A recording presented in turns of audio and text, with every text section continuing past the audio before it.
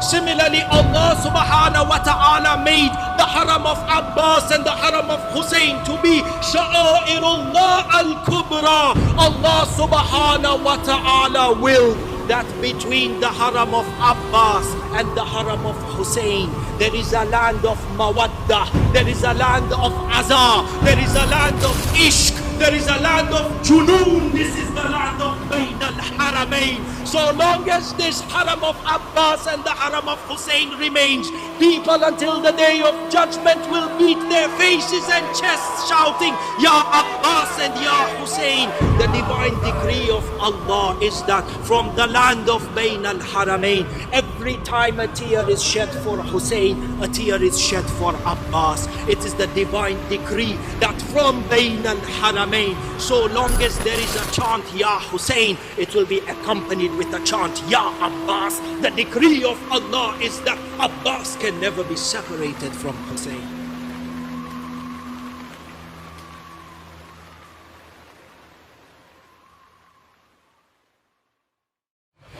With all due respect to my colleagues, I completely disagree with all of them.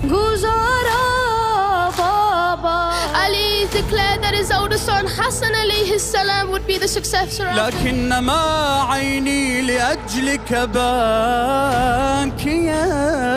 Do Muslim women have a voice to be empowered in her faith? I want to speak to the haters out there. But you don't look like you're interested in a word that we're saying. Are you looking for someone? Who are you looking for? I'm looking at you.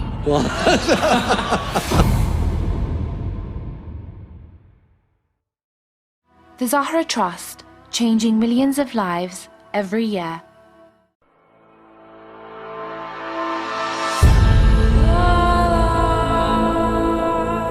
We all have a duty towards the preservation and the propagation of the message of Imam Hussein alayhi salam. Indeed, one of the best ways to work towards the reappearance of Imam al-Mahdi ajjalallahu ta'ala farajul sharif is through promoting the values of Karbala. Imam Hussein Media Group is the only Shia television network that broadcasts globally in 5 different languages: Arabic, Farsi, Turkish, Urdu, and English. We are appealing to the lovers of Imam Hussein alayhi salam worldwide to support the channel such that it may continue its global operations. Imam Hussein Media Group is seeking 1,000 partners to pledge to a £14 contribution per month. This will allow the channel to sustain its operating costs as we continue to spread the message of Imam Hussein alayhi salam in multiple languages across the globe. You be a part of this great legacy and donate today.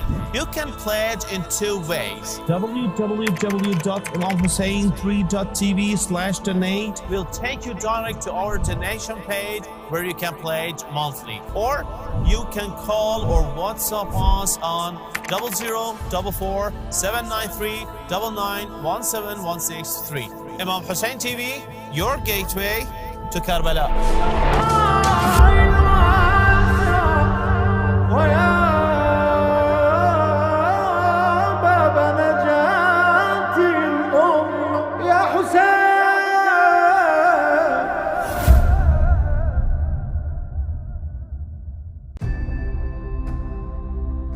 Imam Hussein Charity is giving you the chance to provide food baskets for destitute and impoverished families all over Iraq and Afghanistan. So let's see what your donation gets, Imam Ali.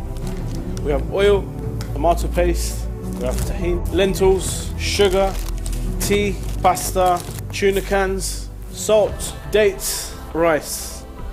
She would also be receiving fruit, vegetable and meat, and that comes fresh on the day delivery and only costs £30. Brothers and sisters, you can pay via bank transfer, PayPal, or you can visit www.imamhusseincharity.com.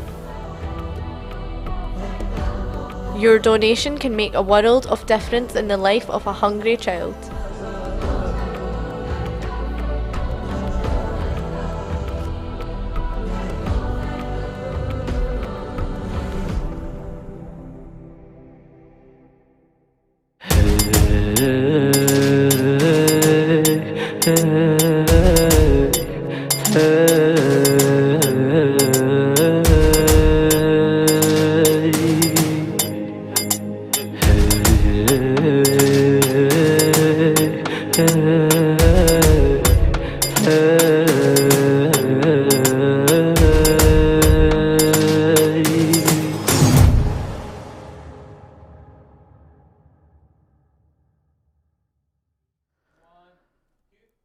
Assalamu alaikum wa rahmatullah. Satan, shaitan, the devil, the demon, the jinn, Iblis. So many different names, so many different titles, but without a doubt, one of the most important stroke influential creations of God that any of us have ever come across in our lives. Each and every one of us, in one way or the other, has been affected by Satan, either through literature or indeed in our everyday life. In Zoroastrian thought, in Jewish thought, in Christian thought, there is constantly discussions concerning the devil, the demon, the snake, Satan. And without a doubt, each and every one of us looks for ways in which we are not affected by the plots, the mastery, and the influence of shaitan. Hence Imam Ali alayhi salam devotes a number of sermons to the power of Satan and how we always have to beware of what no doubt is our most open enemy. Indeed, within the Quran we are told, take him as an enemy. Don't take him for granted, don't take him lightly, because this person has an agenda that's older than any other agenda. And this existence is vicious and has got soldiers, and they're all going to come after you one by one. So therefore, in our lives, when we want to understand shaitan, obviously the Quran is the first place we go to. And in the Quran, our understanding of shaitan is complemented by a work like Nahjul Balagha and the sermon of Imam Ali alayhi salam.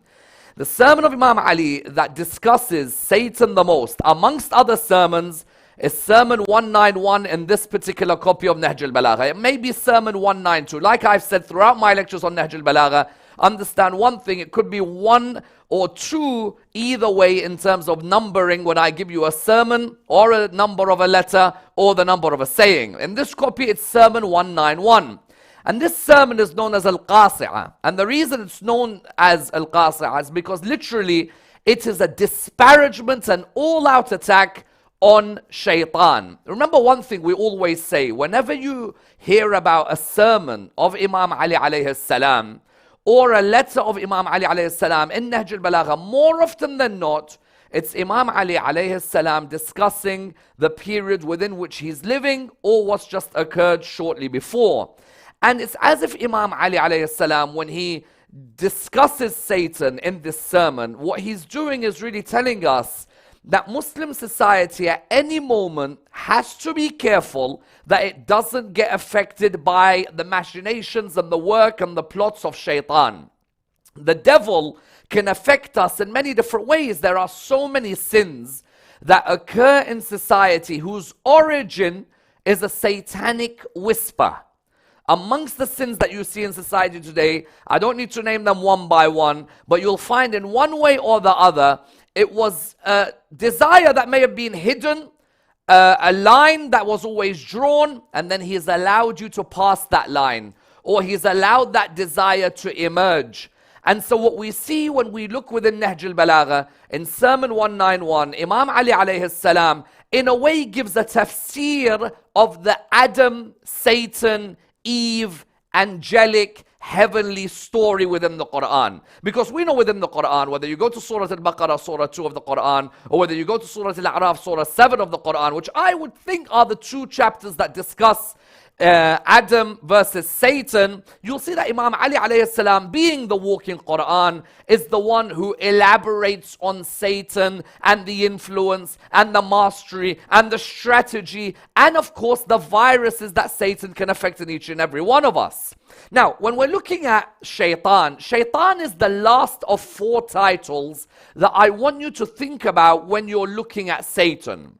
If you look within Islamic literature, you'll see that the first name of this particular existence that we know as the devil, the first seemingly is Harith. Harith moves on to who? Azazil. Azazil to Iblis. Iblis to Shaitan. Shaitan to an army of shayateen. Now what do I mean by this? Remember that Satan in the origin, when he was Harith, was a jinn and amongst the good jinn. Seemingly they had settled in a world which was a world full of good and evil, but he seems to be of the best of them. He's then allowed to mingle in the company of angels. He doesn't just mingle in the company of angels, he is one of the most devout worshippers of God. In Sermon 191, you found that the name Azazil, which of course refers to God's dear one, he's God's dear one because he's worshipped God not for a year or two, not for 20 or 30 years, not for 50 or 60 years, not for 80 or 90 years. But in Nahjul Balagha, Sermon 191, Imam Ali alayhi salam says you should take a lesson from what God did to Shaitan with Satan. Namely, he nullified his great acts and extensive efforts on account of the vanity of one moment. Although Satan had worshipped God for 6,000 years. Imagine, Satan had worshipped God for 6,000 years. When he was known as Azazil, he was known as God's dear one. God's dear one, what does this imply? Someone who was observant of what God would have wanted, may have not been made on obligatory on him, but he loved to worship and he would be in a state of prostration. But what's amazing is that some of us think we're greater than Satan. We've only been worshipping God for a few years. There are some people who've only started praying this holy month of Ramadan. There are others who don't even pray, and you'll still see them saying, A'udhu billah minash shaitanir rajim. Habibi, you don't even pray. Why you got to worry about Satan? Satan's already finished you. You'll find that Satan within Nahjul Balagha, Imam Ali alayhi salam says that Satan worshipped God for 6,000 years or more.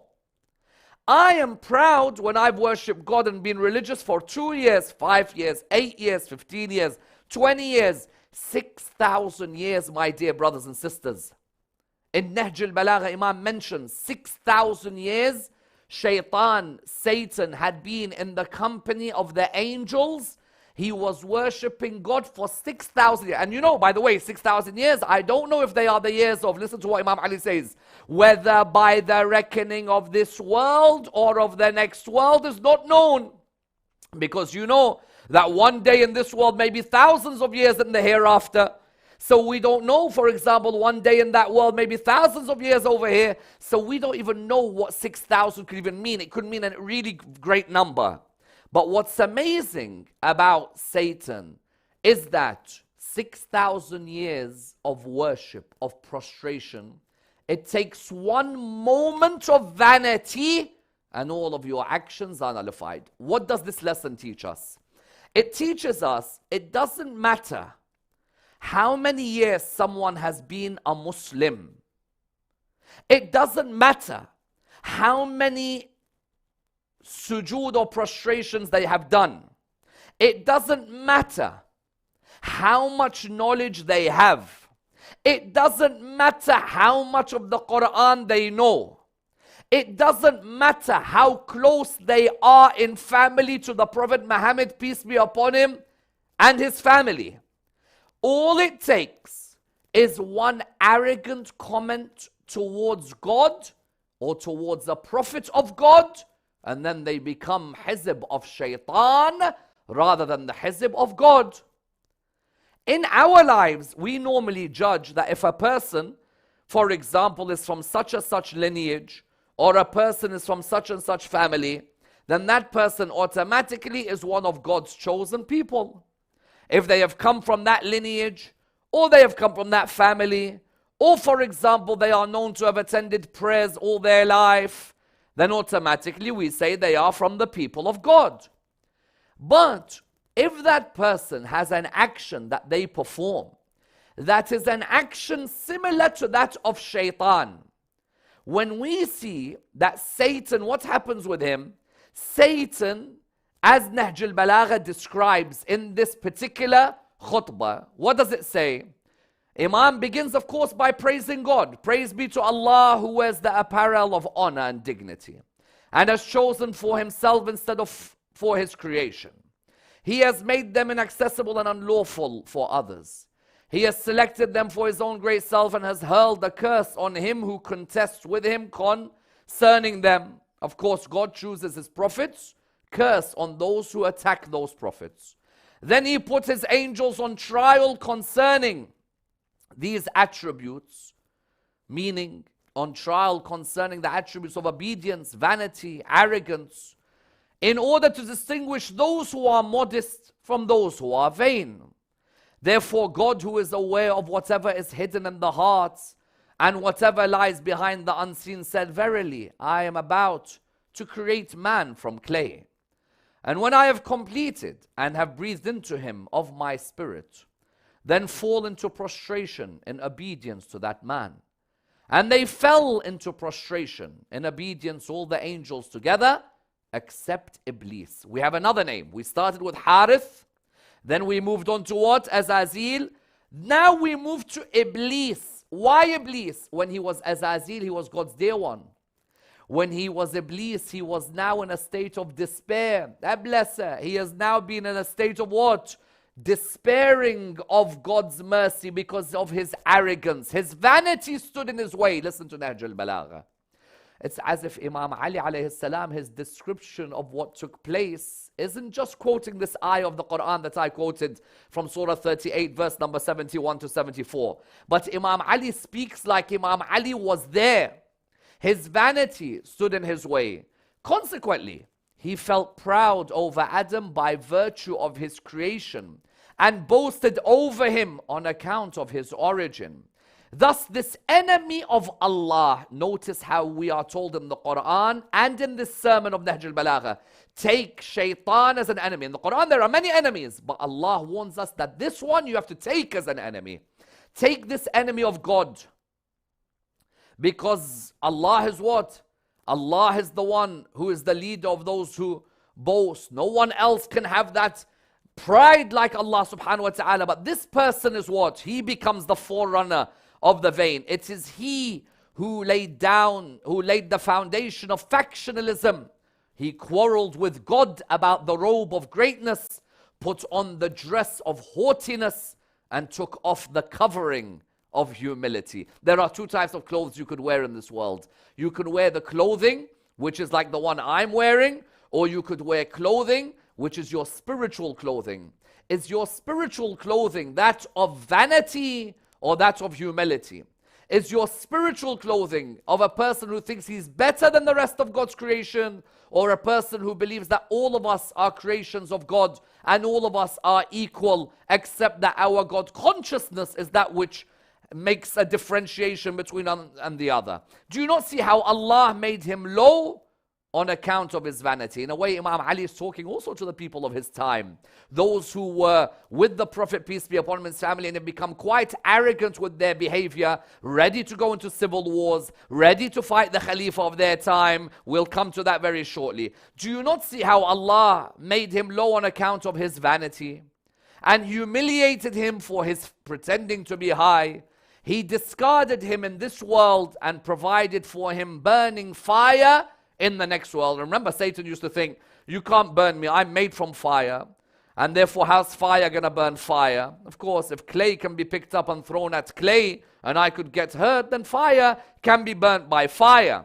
Then God says that, you know what Imam Ali says about God? If Allah had wanted to create Adam from a light whose glare would have dazzled the eyes, whose handsomeness would have amazed the wits, and whose smell would have caught the breath, he could have done so. If God wanted to, God doesn't have to create Adam from clay. God could have created Adam from much higher than fire, from a light that would have dazzled the eyes. But why then did God create Adam from clay? For what reason? If he had created Adam from a light that dazzled, then the people, Imam Ali says, they would have bowed to him in humility, and the trial of the angels through him would have become easier.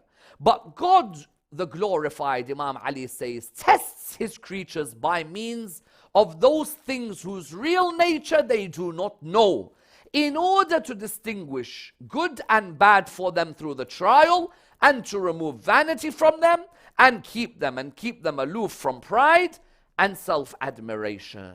You should take a lesson from what Allah did with Shaitan. Now, how many names do we have? We started with his name being Harith. Then we said his name was Azazil. Then we came to the name Iblis. Then we came to which name here in Nahjul Balagha? We came to Shaitan. Shaitan, shatana, the verb is indicating what? The one alienated from the truth completely. One act of takabbur. You have kibr, you have takabbur. Kibr might be something I keep inside. I might look at the creation of God and be like, you know what? Who's he? Why is she looking at me? Who are they? Takabbur is when I openly express it and say, I'm created from fire and he is created from clay. Sometimes someone has kibr. Sometimes someone is a mutakabbir. Someone with kibr is what? Someone with kibr might keep it inside. Yes, they think they're better than you, but they don't say it publicly. Yes, they think they're wealthier than you and that you shouldn't be sitting near them. They don't say it to you. Yes, they think that they're better looking than you and they don't want people like you around them, but they don't say it. Al-Mutakabbir is the one who Shaitan has whispered for them to reach that level. Shaitan has given them the option of saying what they feel inside against others. But this lesson is wonderful. Shaitan, Satan, 6,000 years has worshipped. In our mosques, you know how we judge religiosity. In our mosques, our litmus test of religiosity, do they have beard? Do they have tasbih? Do they look like they're wearing humble clothing? Of course, all of these are nice things. But if that person is a person full of hasad, kibr, mutakabbir, then what's the point of having all this religious clothing? Sometimes there are those who wear the most religious garments. They have the most hasad you will ever come across in your life. But don't worry. You might find the fattest sajda mark on their forehead, like a massive circle has been tattooed on their forehead. And that same person is a person, anyone who differs from their opinion, they are always rude about them. They always try and attack. They always are full of anger and venom and hasad. The beauty of the Satan 6,000 years worship is here you've got someone who has fallen from grace. They are always had the image of religious sujood, looking holy, and yet in one moment God exposed the amount of hasad they have within them. And this should be a lesson for all of us, that don't let appearances can be deceiving. Don't ever fall for appearances. When you see somebody who looks like they're so holy and mashallah, the subhas in their hand, and every video they post on Instagram is a video of them looking religious all the time, those aren't the gatherings you should be concerned about. The gatherings are the private ones when they mock others. There are those who sit and recite the Quran. In the time of Imam Ali, Quran, the whole month of Ramadan, they recite the Quran. When they finish reciting the Quran, all they do is make fun of other people in the community. All they do is take the mick out of others in the community.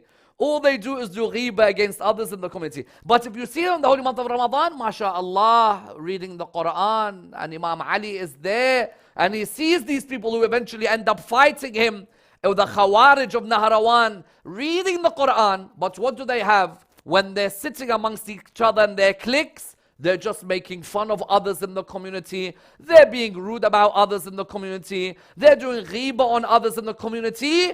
And they end up fighting Imam Ali at the Battle of Nahrawan. So here Imam Ali says in this sermon, you should take a lesson. All of us should take a lesson. Speaker included, first and foremost. All of us should take a lesson from what Allah did with Shaitan. Namely, Allah nullified his great acts. Very important point. Imagine, I've lived with the Prophet Muhammad, peace be upon him and his family. Let's say I've lived with him for, 17 years of his life. I've lived with him. I'm very close to him. And I've even got family relations with him. All it takes is one moment of me raising my voice above or rudely against the voice or the opinion of the Prophet Muhammad, peace be upon his family, I ask you, what's the difference between that person and shaitan? What's the difference? What's the difference?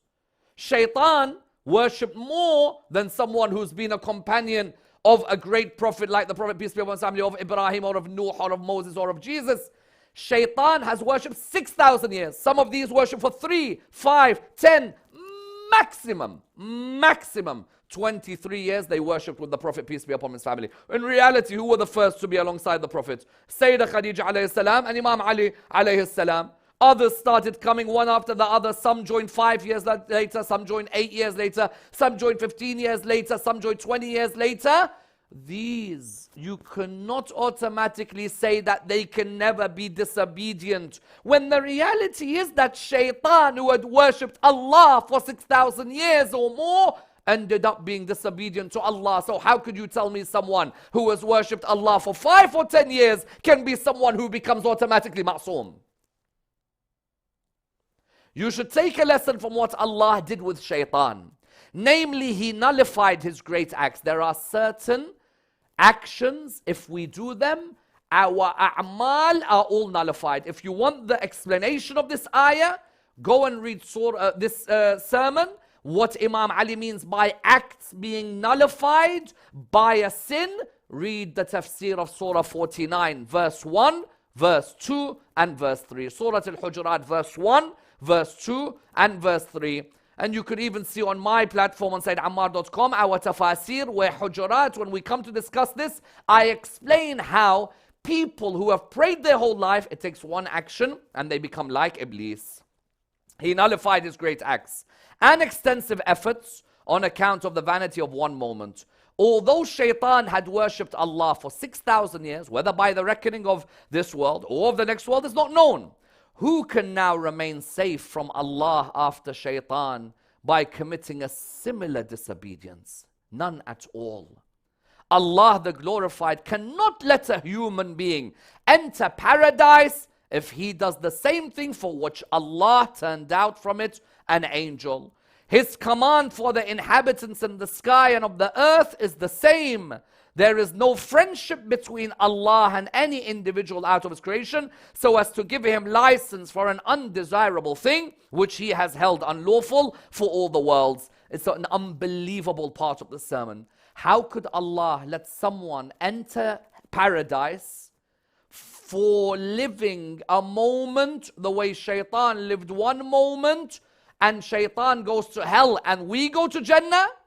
If I was arrogant towards the message of the Prophet or arrogant towards the Prophet by calling him this or saying this or raising my voice against him, I go to Jannah and shaitan goes to Jahannam? Give me a break. Give me a break. Come on. Where did we see Allah subhanahu wa ta'ala? With our eyes or with our intellect?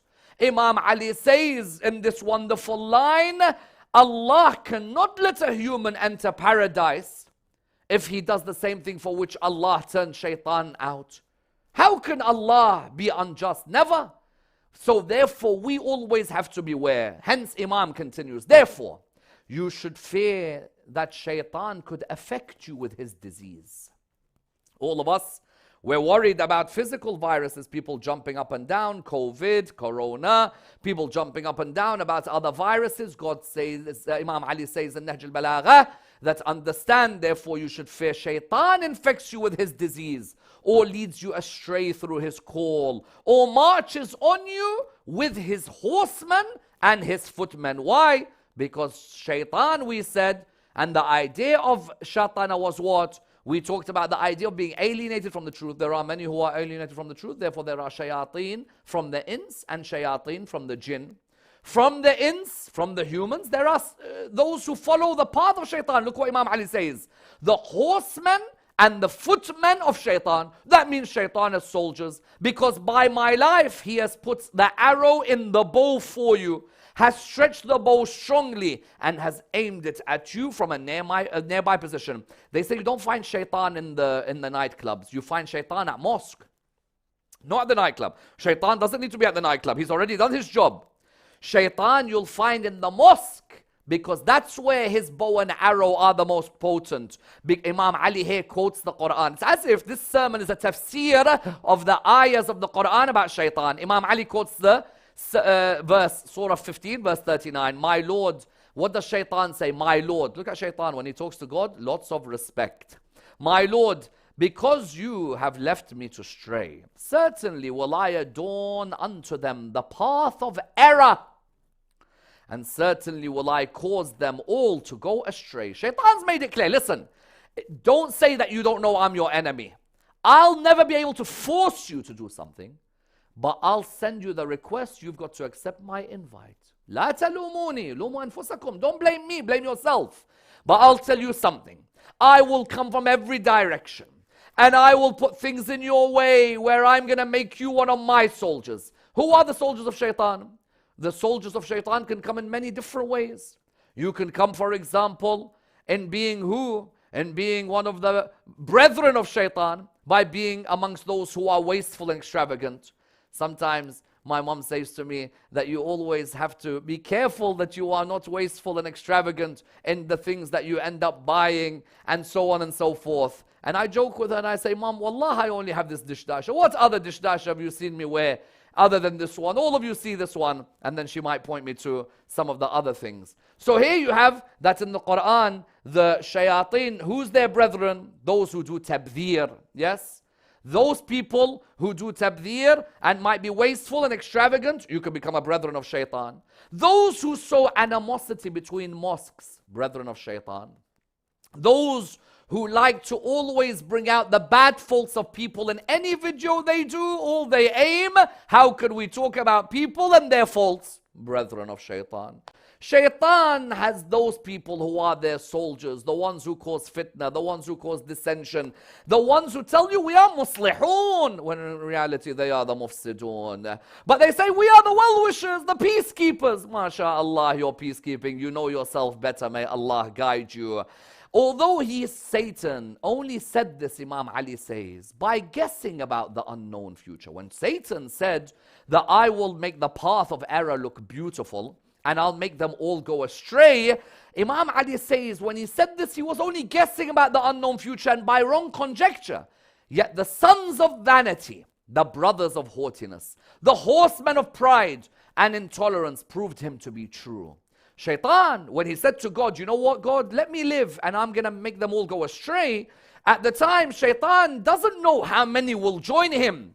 But Imam Ali says, no, they're the ones who proved what this ayah, what he said to God to be true. Who? The ones who were the horsemen of pride and intolerance proved him to be true. Subhanallah, one of the soldiers of Shaitan are the intolerant. Intolerant in which sense? There could be a number of meanings here. But even if we look at our own community, we don't have tolerance for difference of opinion among Shia in the community. Within our Shia community, there's no tolerance for difference of opinion. It's my way or the highway. They are with us or they are enemies. They are with us or they are evil. They are with us or they're fighting us. There's tolerance, Baba. There's adab of ikhtilaf. There's tolerance of difference of opinion. But you'll always have those, anyone who does not subscribe to our way of thought, and this could affect any of us in our community, they become intolerant to them, and you find them being amongst those soldiers who prove shaitan right. Because what happens? When you're intolerant to others in your community, you've allowed shaitan to enter that community, and you've allowed people in your community to fight each other, to hate each other, to be enemies of each other. So then Imam Ali says, his greed about you gained strength, and what was a hidden secret turned into a clear fact. He spread his full control over you and marched with his forces towards you. Then Imam Ali says, obviously, if you become someone intolerant, Satan has overtaken you, you've got arrogance and intolerance. What's the result? Then they pushed you into the hollows of disgrace, threw you into the whirlpools of slaughter, and trampled you, wounding you by striking your eyes with spears, cutting your throats, tearing your nostrils, breaking your limbs. and taking you in ropes of control towards the fire already prepared. In this way, he became more harmful to your religion and a greater kindler of flames of mischief about your worldly matters than the enemies against whom you showed open opposition and against whom you marched your forces. You have decided to put all your energy against members of your own community, not realizing that in reality, Shaitan's laughing at each one of you. You've put your energy in the Muslim community at fighting each other, but Shaitan sitting back and laughing. So Imam then warns us. He says, you should therefore spend all your force against Shaitan, not against the members of your community, and all your efforts against him, because by Allah he boasted over Adam's origin, questioned your position. Don't let Shaitan become your friend when he made fun of you, O human being. Therefore Imam Ali then turns round and he says something quite beautiful. What does he say? He says that certainly if Allah were to allow anyone to indulge in pride, the main gist of this sermon is that Shaitan was known for his kibr, his takabbur, his arrogance, his pride. Imam Ali turns it around by saying, certainly if Allah were to allow anyone to indulge in pride, he would have allowed it to be his chosen prophets and of course the imams, the khulafa of those prophets and the awsiya. But Allah the Sublime disliked vanity for them and he liked humbleness for them. Therefore they laid their cheeks on the ground, smeared their faces with dust. You are Abu Turab, of course. Bent themselves down for the believers and remained humble people. Allah tested these prophets with hunger, afflicted them with difficulty, tested them with fear, upset them with troubles. Don't imagine the Ma'sumin as robots. They went through what you went through and even worse. Do not regard wealth and progeny the criteria for Allah's pleasure and displeasure, as you are not aware of the chances of mischief and trial during this period. Then Imam Ali does something beautiful. He reminds us of the humility of one of those prophets. When Musa, son of Imran, went to Fir'aun, when Moses went to Pharaoh along with his brother Harun, wearing coarse shirts of wool and holding sticks in their hands. These are prophets of God. If anyone deserves to have pride and arrogance and vanity, it's them. Never be affected by being arrogant against people in your community. Just because you might be richer than them, just because you might be more educated than them, just because you might be better looking than them, just because wallah, you don't even come near the dust of the man whose sermon we are studying. You don't come near Moses. You don't come near Muhammad sallallahu alayhi wa alih. He says when Moses and Harun went to Fir'aun, you want to know these are the biggest personalities. They went with coarse shirts of wool holding sticks in their hands. They guaranteed him retention of his country and continuity of his honor if he submitted. But Pharaoh, as another sign of Shaitan's arrogant soldiers, but he said, do you not wonder at these two men guaranteeing me the continuity of my honor and the retention of my country, although you see their poverty and their lowliness? Otherwise, why do they not have gold bangles on their wrists? His criteria was if you had gold all over you, you were a man to be respected. He said so feeling proud of his gold and collected possessions and considering wool and its cloth as nothing. If Allah wanted to, Imam Ali says, He would have opened the treasures and mines of gold and planted gardens and collected around them the birds of the skies and the beasts of the earth. He could have done that for the prophets of God. It would have been so easy for Allah subhanahu wa ta'ala, but Allah gave them better. But Allah makes His prophets firm in their determination and gives them weakness of appearance as seen from the eyes, along with contentment that fills with the hearts and eyes resulting from carefreeness, and with want that pains the eyes and ears. Therefore you found that in this sermon, Imam Ali alayhi salam talks about the story of Adam versus Satan. He does this in sermon 1 of Nahjul Balagha as well. He does this in other sermons of Nahjul Balagha. Why? Because whether you're Jewish, you're Christian, or you're Muslim, the story of Adam and Satan is the metaphor for life. That either you are a soldier of the Prophet Adam, a vicegerent and representative of godly values on earth, or you are a soldier of shaitan and the representative of arrogance, pride, vanity and envy on the earth. Imam Ali alayhi salam, in his time, he says that unfortunately, there were certain personalities who were known companions of the Prophet, peace be upon his family, who shaitan managed to affect them. The same way Satan had worshipped for thousands of years, but his vanity overtook him, Satan was able to affect others. For example, go to Sermon 10 of Nahjul Balagha. In Sermon 10 of Nahjul Balagha, Imam Ali talks about this in particular case of who? He talks about this in the particular case of Talha and Zubair. Talha and Zubair had of course been raised with Imam Ali alayhi salam, and you see Imam Ali when talking about them, what does he say? He talks about Talha and Zubair. Remember, Talha and Zubair had been the ones who had violated the oath that they had made with Imam Ali when he became Khalifa, set out for Basra to fight Imam Ali at the Battle of Jamal. Did they look religious? Yes. Did they pray? Yes. But what overtook them? Vanity and pride. Baba, but they pray. Did they know the Quran? Yes. Did they have a sibha in their hand? Yes. Were they known as companions of Rasulullah sallallahu alaihi wasallam? Yes. But at the end of the day, no Muslim in the world can deny that those who fought Imam Ali alayhi salam at the Battle of Jamal were wrong. You don't have to be Shia to believe they were wrong. Some will say, but afterwards they repented. Talha and Zubair, at the end of the day, got killed in the battle. But look at what Imam Ali says about what happened to Talha and Zubair. Sermon 10, Nahjul Balagha. Beware, Shaitan has collected his group. That means that the army that fought Imam Ali alayhi salam at the Battle of Jamal were an army overtaken by Shaitan. Beware, Shaitan has collected his group and has assembled his horsemen and his foot soldiers. Surely with me is my sagacity. I have neither deceived myself, nor have I ever been deceived.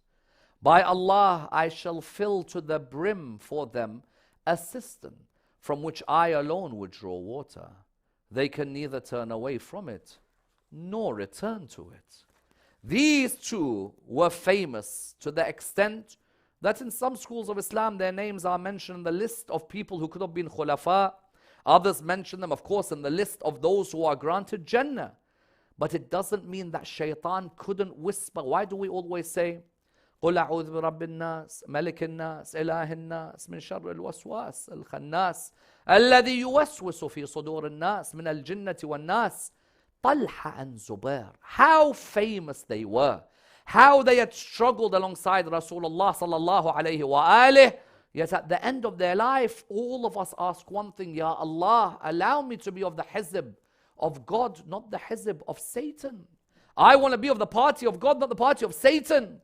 At the end of my life, it doesn't matter what I've done. I do not want my life's worship to be nullified by one moment of vanity or pride or envy. Imam says, Talha and Zubair, by Allah, their army has been what? It is an army of Shaitan. He has assembled his group. These are not my words. This is Nahjul Balagha. If it was my words, then someone could say, well, we're not certain. History in Nahjul Balagha, Imam Ali says that unfortunately the fitna that happened in the Battle of Jamal, which every Muslim should study. Don't be worried about studying history. It's all cool. It's fine to study history. A person who's relaxed about history studies history. A person who doesn't want to study history is worried about their history. I'm perfectly fine with studying my history. I'll study the history of the whole of the religion of Islam to see where is the moments where Shaitan affected the human being and learn from that lesson. And that's why the best description after Khutbah 191, after this, go to Sermon 7. Listen to how Imam Ali alayhi salam describes what Satan does. Imam talks about hypocrites. And he says, you know how Shaitan affects hypocrites? You know how he takes over them?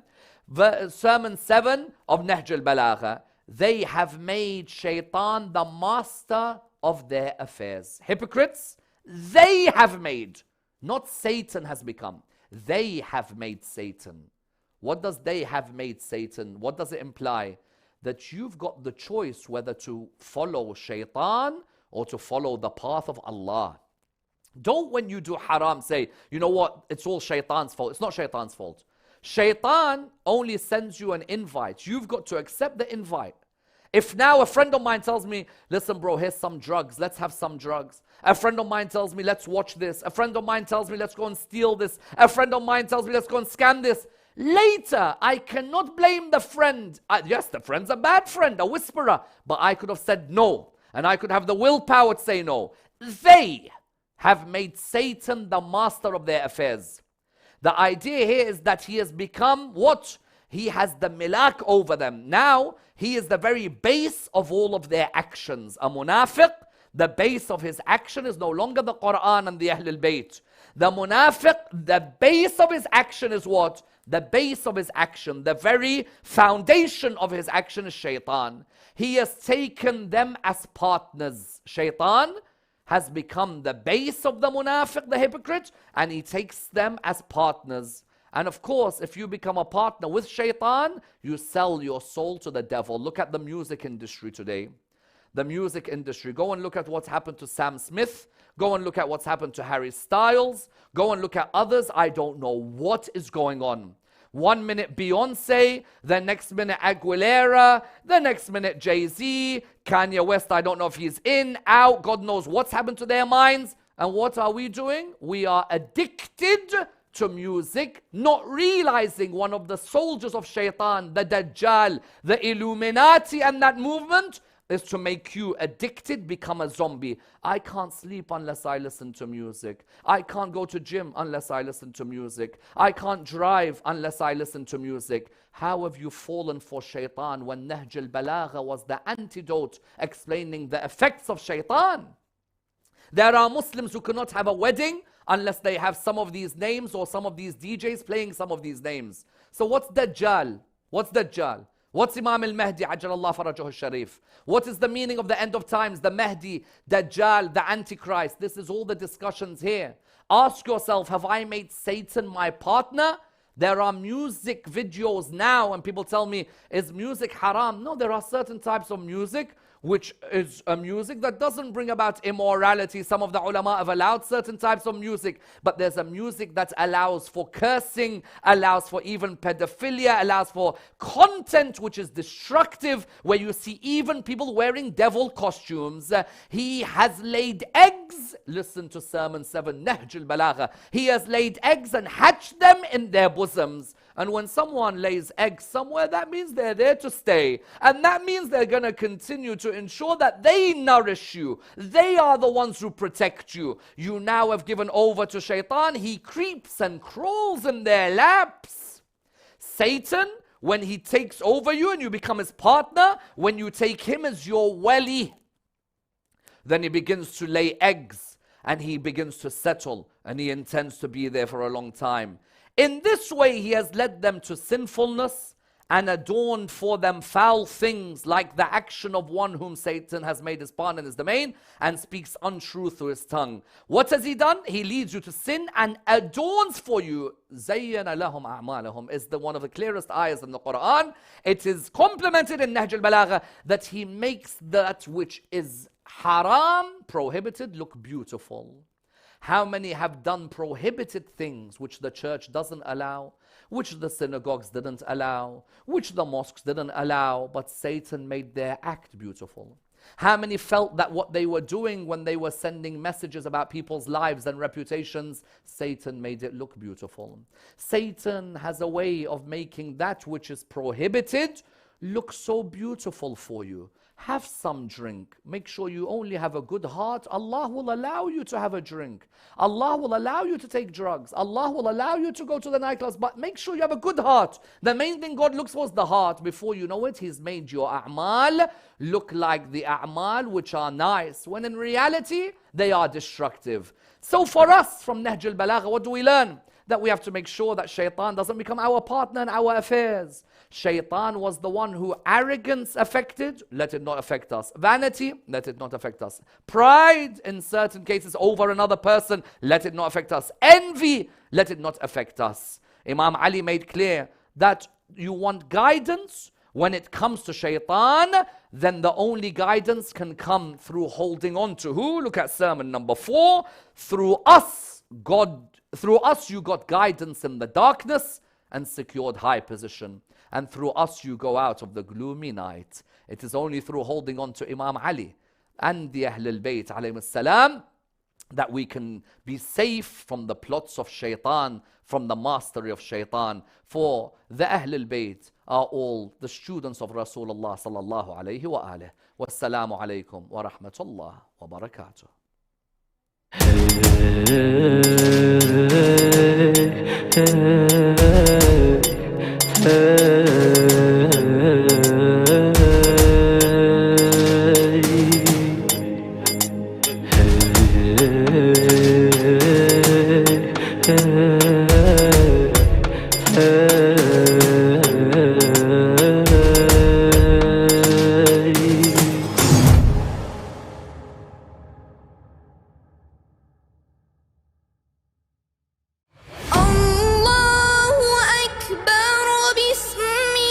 For a long time I wondered, how does Allah describe the meaning of our existence? Of all the things that you could have picked. No, really.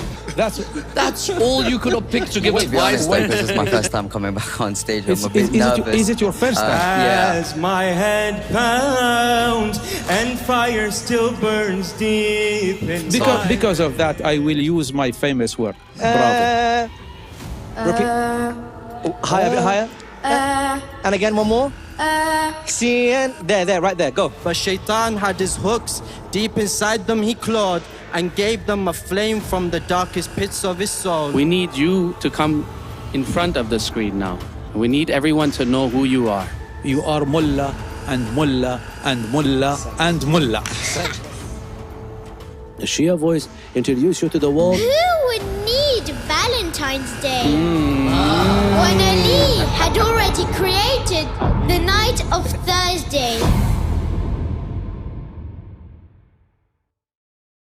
The Zahra Trust, changing millions of lives every year.